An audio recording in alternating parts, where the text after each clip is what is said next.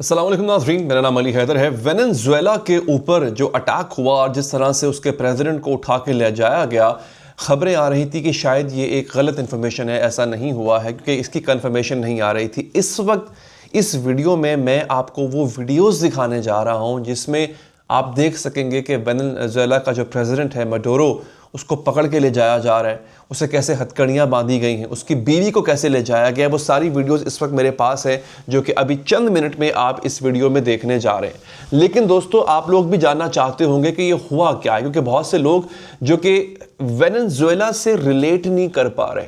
अगर यही कुछ ईरान में हुआ होता, मिडिल ईस्ट में कहीं हुआ होता, पाकिस्तान के साथ या इंडिया के साथ हुआ होता, तो शायद आप लोग ज़्यादा इंटरेस्टेड होते।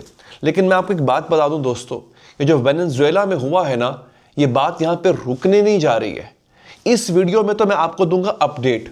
मेरा एक और कैटेगरी है हिस्ट्री विद अली हैदर के नाम से इसी चैनल के अंदर, जिसमें मैं आपको वो एनालिसिस देता हूं जो दुनिया के बड़े बड़े एक्सपर्ट्स ने किए हैं कि अब दुनिया शेप कैसे होगी, अमेरिका ने ये क्यों किया है, अमेरिका इसके बाद क्या करने जा रहा है। तो उसके लिए आप चैनल को लाजमी सब्सक्राइब कीजिए ताकि आप कुछ मिस ना कर पाए। दोस्तों, अपडेट ये है कि ट्रंप ने इस बात का ऐलान किया, अब हम वेनेजुएला के ऊपर बाकायदा कब्जा करेंगे, हमारी फौज यहां पे रहेगी और वेनेजुएला का जो तेल है वो दोस्तों हम बेचेंगे, हम पूरी दुनिया को बेचेंगे। दोस्तों, 303 अरब बैरल तेल है इस वक्त वेनेजुएला के पास। दुनिया के तेल के सबसे बड़े ज़खायर इस वक्त वेनेजुएला में है। 260 अरब बैरल के लगभग तेल जो है वो सऊदी अरब में है, फिर ईरान में है, फिर उसके बाद यूएई में है, दीगर ममालिक में है। दोस्तों, बाकी ममालिक की तो परवाह नहीं थी, लेकिन इस वक्त होने ये जा रहा है कि अमेरिका का फोकस मिडिल ईस्ट से हट गया है, अब उसका फोकस चला गया है साउथ अमेरिका में। यानी जैसे अगली बारी कहा जा रहा है कि क्यूबा की, उसके बाद ब्राज़ील की बारी आ सकती है। और आपको इंटरेस्टिंग बात बताऊं, ये जितनी भी साउथ अमेरिकन स्टेट्स हैं, जो रियासतें हैं, ये सारी की सारी रियासतें वो हैं जो इजराइल को भी अपोज करती हैं। असल में नेतन्याहू ने इन 5 सालों के अंदर 7 जंगें प्लान की हुई हैं। दोस्तों, ट्रंप तो एक मोहरा है, ट्रंप तो पपेट है, वो तो एक कठपुतली है। नेतन्याहू की जंग है ये, कोई माने या ना माने। वेनेजुएला पर हमला करना भी नेतन्याहू का प्लान, यानी सब कुछ बेसिकली इन्हीं की प्लानिंग का हिस्सा है। दोस्तों, खैर आगे बढ़ते हैं। एक और बड़ी अहम चीज आपको बताने जा रहा हूं। चाइना सबसे बड़ा धोखेबाज निकला है। दोस्तों, चाइना ने बाकायदा तौर पे यूं कह लें कि वेनेजुएला को बेचा है, और ये एक अरेंजमेंट है। आप जान के हैरान होंगे दोस्तों। पहली बात तो ये कि वेनेजुएला की फौज ने अपना सदर बेचा है, ऐसा मुमकिन ही नहीं है। और ये बात अभी साबित भी हो चुकी है, अल जज़ीरा ने रिपोर्ट भी किया है, स्काई न्यूज़ ने रिपोर्ट किया इसको, कि फौज के अंदर मुखबर शामिल थे। मडोरा जो था अपनी लोकेशंस को चेंज कर रहा था बार बार। वो एक अपार्टमेंट में, एक बिल्डिंग में था, उस बिल्डिंग की लोकेशन किस अपार्टमेंट में है, क्योंकि बड़ा प्रिसाइज एक्शन हुआ है। हेलीकॉप्टर बिल्डिंग पे उतरता है, फौजी अंदर जाते हैं, उसी अपार्टमेंट में जाते हैं जहां पे मडोरो सो रहा था, उसकी बीवी को उठाते हैं, लेकर निकल जाते हैं। ये इंफॉर्मेशन वेनेजुएला की फौज ने दी है। बेसिकली जिस मुल्क की फौज बिक जाए, वहां पे फिर जो सदर होता है या जो जमहूरी सदर होता है वो फिर नहीं टिक सकता। तो यही हुआ है इस वक्त वेनेजुएला के अंदर। फौज ने बेचा है क्योंकि एक गोली नहीं चली है, एक जहाज आसमान में नहीं उड़ा। जिस वक्त मडोरो को अगवा करके ले जा रहा था अमेरिका, जहाज से ही लेकर गया ना। वेनेजुएला की एयरफोर्स कहां थी उस वक्त? तो दोस्तों, ये सब कुछ एक पूरी प्लानिंग का हिस्सा है। खैर, चाइना ने कैसे बेचा है, अब मैं आपको बड़ी इंटरेस्टिंग बात बताने जा रहा हूं। चाइना ने, खबर यह आ रही है, चाइना ताइवान हासिल करना चाहता है, रूस रशिया हासिल करना चाहता है, इसराइल गजा हासिल करना चाहता है। जिस वक्त मडोरो को अगवा किया गया, उससे 3 घंटे पहले मडोरो चाइना के मंदूब के साथ, चाइना के एक वफ्द था चाइना का हाई लेवल का, उसके साथ मीटिंग कर रहा था। चाइना ने 100 अरब डॉलर्स की इन्वेस्टमेंट कर रखी है वेनेजुएला के अंदर। चाइना और मडोरो जो है वो एक थे। तो क्या हुआ, चाइना ने उफ तक नहीं की है, चाइना ने बात तक नहीं किया। दोस्तों, तो अरेंजमेंट अब ये है, जो कि असल कॉन्स्पिरेसी थ्योरी कह भी सकते हैं इसको। अरेंजमेंट दोस्तों ये है कि ताइवान चाइना ले जाएगा, कोई कुछ नहीं बोलेगा। रूस यूक्रेन ले जाएगा, कोई कुछ नहीं बोलेगा। इसराइल गजा ले जाएगा, कोई कुछ नहीं बोलेगा। और अमेरिका जो है वो वेनेजुएला ले गया, इसी अरेंजमेंट का हिस्सा था। अमेरिका क्यूबा भी ले जाएगा, वो भी इसी अरेंजमेंट का हिस्सा है। तो सब ने अपना अपना शेयर बांट लिया है। याद रखिए जो सुपर पावर्स हैं ये किसी की नहीं होती हैं दोस्तों। हम भी तो चाइना की दोस्ती का दम भरते हैं। चाइना को जब तक हमसे मफाद है तब तक हम उसके साथ हैं, तब तक हम उसके प्यारे हैं। जिस दिन मफाद खत्म हो गया वो आपको भी बेच देगा भाई। इंटरनेशनल रिलेशंस ऐसे ही चलते हैं, ये बात याद रखिएगा। अब बढ़ते हैं आगे। तो दोस्तों ये DEA कौन है? ड्रग रेगुलेटिंग एजेंसी है ये। DEA अमेरिका की वो एजेंसी है जिसे हमारे यहाँ पाकिस्तान में एंटी नारकोटिक्स है, इस तरह से अमेरिका में DEA है। यानी बेसिकली अब आप देखें ना, ऑप्टिक्स बहुत बेटर करते। फौज निकाल कर लेकर गई अमेरिका की, लेकिन उसको किसकी कस्टडी में दिखाया जा रहा है, किसकी हिरासत में दिखाया जा रहा है? वो है DEA।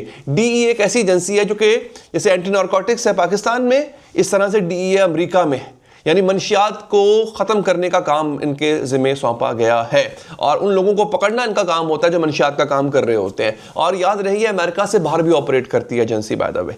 तो दिखाया ये गया है कि मडोरो जो है, निकोलस मडोरो, वो एक ड्रग कार्टेल चलाता था, वो एक ड्रग लॉर्ड था, मंशियात बेचने वाला आदमी था, इसलिए उसको उसी एजेंसी के हवाले किया गया जो इंसदाद मंशियात का काम करती है। ये एक मैसेजिंग है और सबसे बढ़ के मैसेजिंग इसमें यह नाजरीन के हम किसी को भी उठा सकते हैं, चाहे वो मुल्क का सदर ही क्यों ना हो। लेकिन ज़रा आप सुन लीजिए, यहाँ पे डॉक्टर साइमन गोडेक जो है ना, वो एक बड़ी कमाल की बात कर रहे हैं। डॉक्टर साइमन मोडेक ये बायोटेक साइंटिस्ट हैं और वो सहाफ़ी भी हैं। वो कहते हैं जनाब कि also surprised how quiet China and Russia were after the US removed Maduro. Russia और चाइना बिल्कुल खामोश थे जब अमेरिका मडोरो को उठा के ले गया। हालांकि दोनों एलाइज हैं, बड़े स्ट्रॉन्ग एलाइज हैं, इत्तेहादी हैं वेनेजुएला के। Hardly any outreach, hardly any condemnation, कोई मजम्मत भी नहीं हुई। So here's my theory. उनकी थ्योरी क्या कहती है? US टेक्स वेनेजुएला's रिसोर्सेस। US जो है वो 13.7 ट्रिलियन, बिलियन नहीं ट्रिलियन डॉलर्स का तेल वेनेजुएला से निकालेगा और बेचेगा और पैसे कमाएगा। Russia get a big part of Ukraine. Russia जो है वो यूक्रेन रखेगा, चाइना जो है वो ताइवान रखेगा।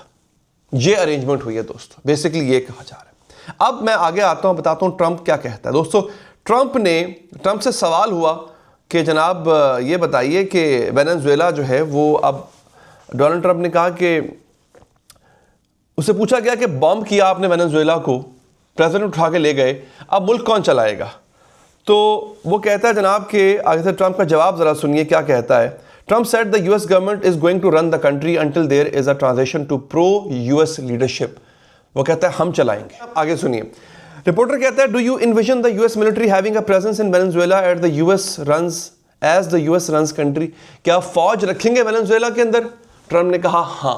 अब एक बात याद रहे, वियतनाम वाला हाल हो सकता है इस वक्त अमेरिका का, क्योंकि यही काम वियतनाम में किया था अमेरिका ने और फिर गुरिल्ला वार छिड़ गई थी। वेनेजुएला में भी गुरिल्ला वार छिड़ सकती है। अच्छा दोस्तों, मैं आपको एक और बात बताता हूं कि जब गद्दार अंदर होना तो फिर प्रॉब्लम आती है। गद्दार कौन है? एक खातून है, इसका नाम है मारिया कोरिना मचादो। ये खातून बेसिकली वेनेजुएला की ऑपोजिशन लीडर है। इंटरेस्टिंग बात यह है, ये खुद एक इंटरव्यू में कह रही है कि हम चाहते हैं कि अमेरिका यहां पे आए और हम अपना तेल अमेरिका के हवाले करें और अमेरिका इससे बहुत प्रॉफिट कमाएगा। इंटरेस्टिंग बात इसमें क्या है? इंटरेस्टिंग बात यह है कि एक तो चांसेस ये हैं कि अगली सदर ये बनेगी, और दूसरा चांस मैं आपको ये बताऊं, ये औरत है कौन?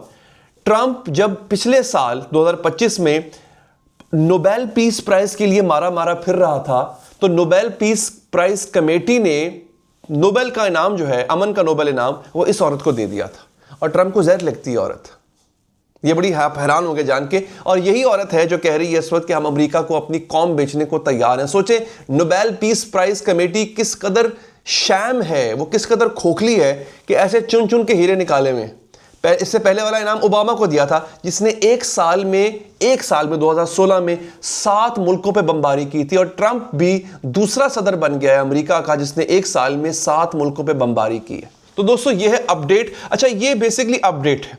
जो एनालिसिस है ना, वो इससे कहीं बड़ा है कि ट्रंप वहां पे क्यों गया है, अमेरिका वहां पे क्यों गया है, अमेरिका के पंजे किस हद तक गड़ जाएंगे, अमेरिका करेगा क्या आगे, दुनिया के साथ क्या होने जा रहा है। सबसे इंपॉर्टेंट बात यह है कि मिडिल ईस्ट से फोकस जब हट गया है तो क्या मिडिल ईस्ट में अब अमन आ जाएगा, मशरक़ वस्ता में अमन आ जाएगा? नहीं, मशरक़ वस्ता मजीद केओस में जाएगा। और हाल ही हमने उसका ट्रेलर देख लिया है, सऊदी अरब और यूएई के दरमियान जो क्लैश हुआ है। आप सोच भी नहीं सकते थे कि इन मुल्कों में क्लैश होगा, क्योंकि इस वक्त जो है अब जैसे ही अमेरिका का फोकस वहाँ से हटेगा तो अब यहाँ के जो मुख्तलिफ पावर सेंटर्स हैं वो ताकत हासिल करने के लिए लड़ेंगे, मज़ीद केओस आ सकता है। उस एनालिसिस के लिए चैनल को लाजमी सब्सक्राइब कीजिए। अपना ख्याल रखिए। अल्लाह ने के बाद।